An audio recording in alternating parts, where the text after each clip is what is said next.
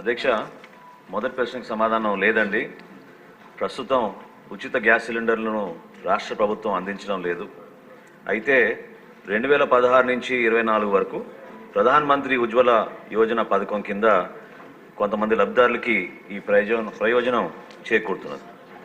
రెండో ప్రశ్నకు సమాధానం, కేంద్ర ప్రభుత్వం పిఎంయువై పథకం కింద 9,65,361 మంది లబ్ధిదారులకి మొదట ఉచిత ఎల్పిజి సిలిండర్తో పాటు ఉచిత ఎల్పిజి కనెక్షన్ కూడా మన రాష్ట్రంలో ఇవ్వడం అవుతుంది. అధ్యక్ష, ఎన్డీఏ కూటమిలో భాగంగా మేము ఇచ్చిన మేనిఫెస్టోలో ఖచ్చితంగా మహిళలకి ఉచిత గ్యాస్ సిలిండర్ల గురించి ప్రస్తావించాం. దానికి మన ప్రభుత్వం కట్టుబడి ఉంది. తప్పకుండా మూడో ప్రశ్నకు సమాధానం, మహిళలకి ఉచిత గ్యాస్ సిలిండర్ గురించి త్వరగా దీనిపైన నిర్ణయం తీసుకుని వివిధ శాఖలతో మేము చర్చించుకుని సభాముఖంగా మరొకసారి గౌరవ సభ్యులకు అందరూ కూడా తెలుపుతాం. అధ్యక్ష, క్వశ్చన్ నెంబర్ 83 అండి.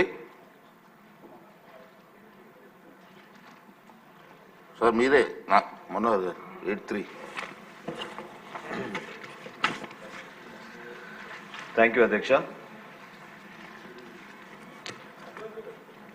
నిన్న గౌరవ ముఖ్యమంత్రి గారు గవర్నర్ గారి ప్రసంగంలో రాష్ట్రంలో ఉన్న ఆర్థిక పరిస్థితి గురించి, వెంటిలేటర్ పైన ఉన్న మన రాష్ట్ర ఆర్థిక పరిస్థితిని కేంద్ర ప్రభుత్వం నిన్న బడ్జెట్లో కొంచెం ఆక్సిజన్ ఇచ్చిందనే అభిప్రాయాన్ని వ్యక్తపరిచారు. ఈరోజు ఈ ప్రశ్నకి సమాధానంలో కూడా మీకు అర్థమవుతుంది. ఒక పర్ఫెక్ట్ ఎగ్జాంపుల్ ఇది, ఏ విధంగా మన రాష్ట్రాన్ని వీళ్ళు ఆర్థికంగా ఎన్ని ఇబ్బందులు పెట్టారనే దానిపైన మనం ఖచ్చితంగా ఈ ప్రశ్న ద్వారా మనం మాట్లాడుకోవచ్చండి. రైతులకి చెల్లింపుల విషయంలో బకాయిలు ఇంకా ఉన్నాయండి. మొదటి ప్రశ్నకు సమాధానం అవునండి. రెండోది, రబీ పంటలో 2023-24 కాలానికి గౌరవ సభ్యులు అడిగినట్టుగా నేను జిల్లాల వారీగా వివరాలు ఇస్తానండి.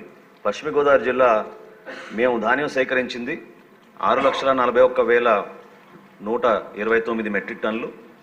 దానికి చెల్లించవలసిన నిధులు ఇంకా 424 కోట్ల రూపాయల 55 లక్షలు.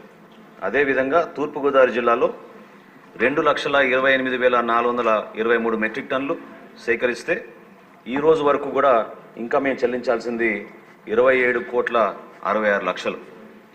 ఏలూరు జిల్లాలో 2,01,369 మెట్రిక్ టన్నులు ధాన్యం సేకరిస్తే చెల్లించాల్సింది 47 కోట్ల 53 లక్షలు. కోనసీమలో మేము సేకరించింది 1,63,123 మెట్రిక్ టన్నుల ధాన్యం సేకరిస్తే ఈ రోజుకి మేము చెల్లించాల్సింది 154 కోట్ల 63 లక్షలు.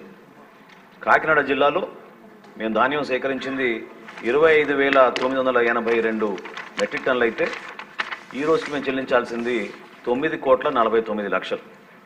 బాపట్ల జిల్లాలో 4,981 మెట్రిక్ టన్నులు మేము సేకరిస్తే ఈ రోజుకి చెల్లించాల్సింది 10 కోట్ల 54 లక్షలు. అంటే సుమారు 1,32,853 రైతులకి 1,674 కోట్ల రూపాయలు బకాయిలు పెట్టి గత ప్రభుత్వం వెళ్ళిపోయారు అధ్యక్ష. కనీసం రైతులు చెల్లించలేదు. అయితే మా ప్రభుత్వం వచ్చిన తర్వాత మేము ఇన్ని ఆర్థిక ఇబ్బందులు ఉన్నా కూడా గౌరవ ముఖ్యమంత్రి గారు, అదేవిధంగా గౌరవ ఉప ముఖ్యమంత్రి గారి చొరవతోటి 1000 కోట్ల వరకు సమీకరించుకుని రాష్ట్ర ప్రభుత్వ సహాయంతో ఆ రైతులకి మేము చెల్లించాం అధ్యక్ష. దాని వివరాలు కూడా ఇస్తాను. పశ్చిమ గోదావరి జిల్లాలో 27,626 రైతులకు 523 కోట్ల రూపాయలు చెల్లించాం. తూర్పుగోదావరి జిల్లాలో 619 రైతులకు 177 కోట్ల 32 లక్షలు చెల్లించాం అధ్యక్ష. అదేవిధంగా ఏలూరు జిల్లాలో 600,215 రైతులకు 153 కోట్ల 66 లక్షల రూపాయలు మేము చెల్లించాం. కోనసీమలో 7,952 రైతులకు గాను 118 కోట్ల 15 లక్షల రూపాయలు మేము చెల్లించాం అధ్యక్ష. కాకినాడ జిల్లాలో 1,507 రైతులకు 27 కోట్ల 16 లక్షల రూపాయలు చెల్లించాం అధ్యక్ష. బాపట్ల జిల్లాలో 48 రైతులకు 42 లక్షల రూపాయలు మేము చెల్లించాం అధ్యక్ష. సుమారు 50,000 మంది రైతులకు 1000 కోట్ల రూపాయలు నెల రోజుల్లోపే, మా ప్రభుత్వం వచ్చిన నెల రోజుల్లోపే మేము ఈ రైతులకి బాసటగా నిలబడడానికి ధైర్యం నింపడానికి కోసం మన ప్రభుత్వం నుంచి కష్టకాలంలో కూడా వీళ్ళకి అందించడం జరిగింది అధ్యక్ష.